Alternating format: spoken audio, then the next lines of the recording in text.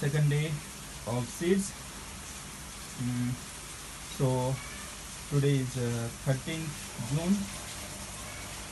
Some seeds are floating and some seeds are sink at the bottom. It is showing some sort of white growth. That means it is rotting.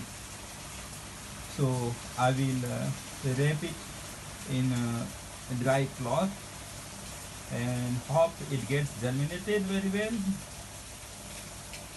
So this is the beginning of something new.